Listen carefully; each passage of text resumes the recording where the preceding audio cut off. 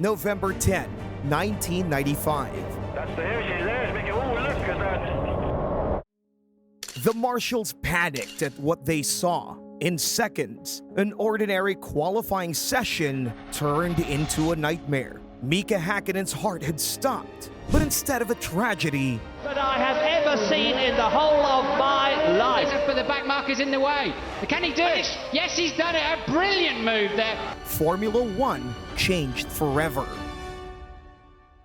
The weekend in Adelaide felt different. It was the final race of the season, and Mika Hakkinen wanted to cap off a successful season. 6 top 5 finishes had already proven his pace, but there was still one more chance to leave a mark, because this wasn't just about points. Mika was stepping out of the shadow of Ayrton Senna. He had beaten him in qualifying in his very first McLaren outing. I was a young guy, full of confidence.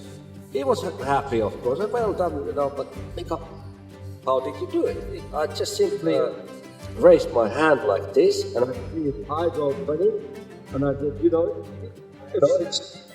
it's a ball. And Senna took him under his wing before moving to Williams. But a year later, we all know what happened. And today we've lost, arguably, the greatest talent of his generation. After a high-speed crash at Tamburello, Ayrton Senna is dead. Now, it was up to Mika to carry the legacy forward. As the session started, Mika was off to a flying qualifying lap until... That's the hair she's there. It's making, oh, look at that.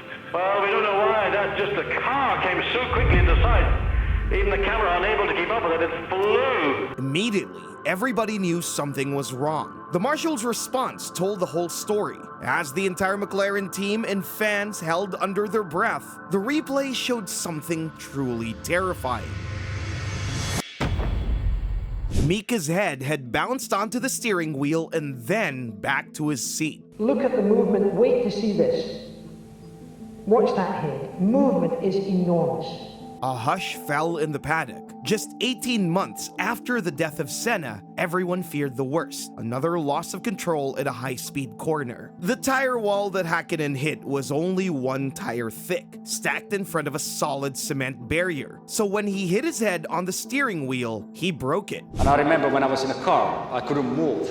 I tried to move, but I had no chance. So I just decided to just relax.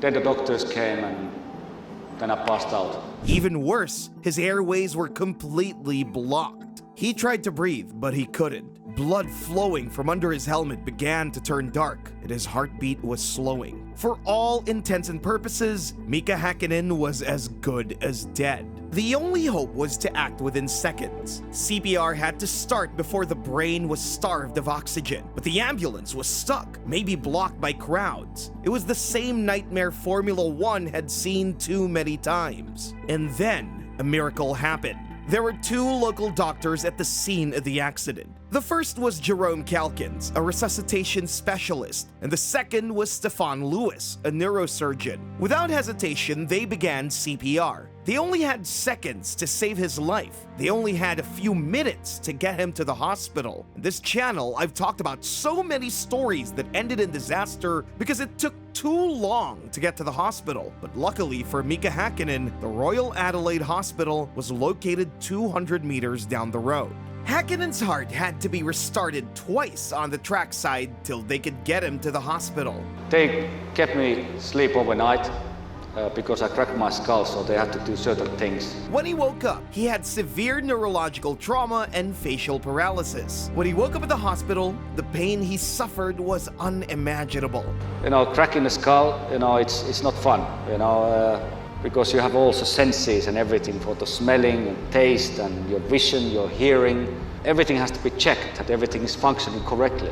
And every day, constantly testing. He wasn't able to taste nor smell, and his eyes were shut at night to prevent damage. They drilled into his brain to relieve pressure. It took 2 months, but Hakkinen finally left the hospital. He wasn't cleared for training yet, but it felt like a win.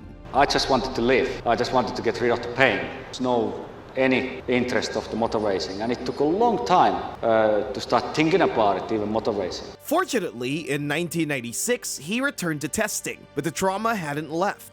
Parts of his body were still numb, and a very strong fear, the worst feeling for any driver, had become a part of him. However, symbolically, in March of the same year, he returned to the Australian Grand Prix, only 4 months after the accident.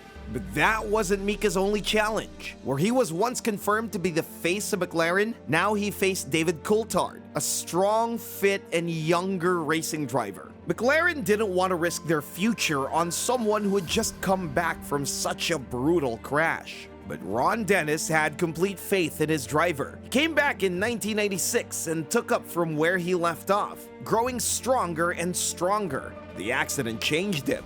It felt like before my accident I was always running flat out without really didn't know how to walk. So it teach me to learn to walk first and run after. And by 1997, with a new look McLaren and the partnership with Mercedes taking full hold, it was clear Mika Hakkinen was McLaren's future. The final and most controversial race of the 1997 season confirmed this. Shift problem because Villeneuve is all over him. Look, he's going through. Oh yes. I don't think. Out goes Michael Schumacher. That maneuver allowed Mika Hakkinen to take the lead, and with that, he won his first ever Formula One race. And he does it. He's let him through. Hakkinen is going to win. Hakkinen is going to win his first Grand Prix and the World Championship of 1997. In 1998, McLaren was at its peak. Mika Hakkinen won the opening race and sent a clear message. This was his year. While it took him 7 years to win his first race, it took him only 1 race to win his second. However, there was one major threat to the championship in the form of 2-time champion Michael Schumacher. And this wasn't just another rivalry. These two had history. They'd grown up racing each other in Formula 3. Dodging about. Oh, and he's caught the back end of Schumacher's car. He slams the wall. Hakkinen has ripped the front of his rod, and that's it. It's all over. But while it was more of a youthful rivalry back then, Mika realized something. In a karting time, I knew he was good, but never thinking that he's better than me. Schumacher was aggressive. Out goes Schumacher. Ready to do anything to win, while Mika was his complete opposite. So, in 1998, one of the greatest rivalries in Formula One was born.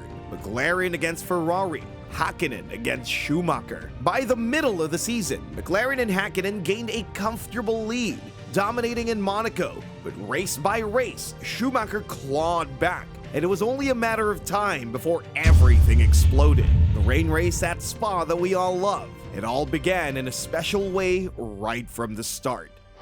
Yes, it's go. And Coulthard drags. Visibility, absolutely zero. Before they even reached turn 1. Great start by Eddie Irvine. Fielder. Look at Fielder. And into the wall. Who was that? Coulthard in the wall. David Coulthard into the wall. Will stop the race. They'll have to red flag. Even the legendary Murray Walker was speechless, as half the grid vanished in an instant. After the restart, Schumacher took off, while Hakkinen was already out. Schumacher going round the outside. Oh, it's Hakkinen's start. Spinning Hakkinen. Schumacher hits Hakkinen. Then, on lap 25, Oh, God! Michael Schumacher hits David Coulthard and is out. it seemed just like an accident, but in Schumacher's eyes, it was McLaren sabotaging him. And just like that, everything blew up. James, can you enlighten us? He's going to Coulthard. He's going to have it out with David Coulthard. As you say, Jean Todt there, he's dragged his driver away. Michael absolutely furious. Level on points with just 2 races to go, Mika Hakkinen beat his rival in a head-to-head race at the infamous Nürburgring, which brought everything to the final race of the season, Suzuka. Everything was set for a classic showdown.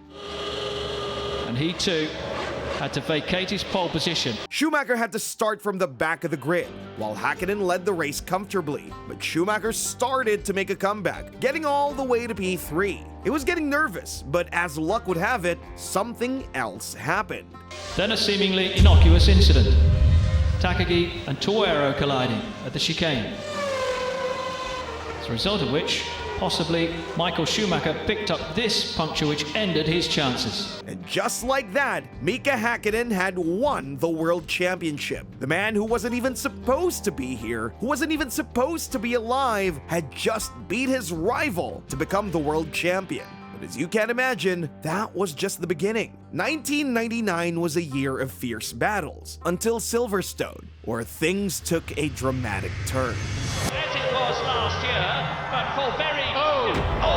But That's Schumacher, man. I think that's Schumacher not realising that... Michael Schumacher broke his leg. With his biggest rival out, it looked like an easy run to the title, but Ferrari refused to give up. In the last race in Suzuka, Eddie Irvine led the championship by 4 points. At this stage, even Schumacher was ready for the final sprint. For Mika Hakkinen, there was only one option. He had to win. And right at the beginning of the race, Who didn't make the best of starts, and it was the defending world champion Mika Hakkinen who sprinted down to turn 1. he stuck to his claim, and from that moment till the end, he never looked back, winning the race and winning the championship by just 2 points. Mika Hakkinen had cemented himself as an absolute legend of the sport. Hakkinen had beaten Schumacher 2 years in a row. Even Michael later admitted Mika was his toughest rival. Their contrast made history: quiet focus versus ruthless ambition. And 2000 proved it again, with some of the most iconic moments the sport has ever seen. Michael's having to defend, and Mika, and the back marker's in the way. Can he do it? Yes, he's done it. A brilliant move there. And one of the most iconic lines. There's no point to try to follow him and then try to overtake him and enter the straight. But this time, Schumacher got his revenge.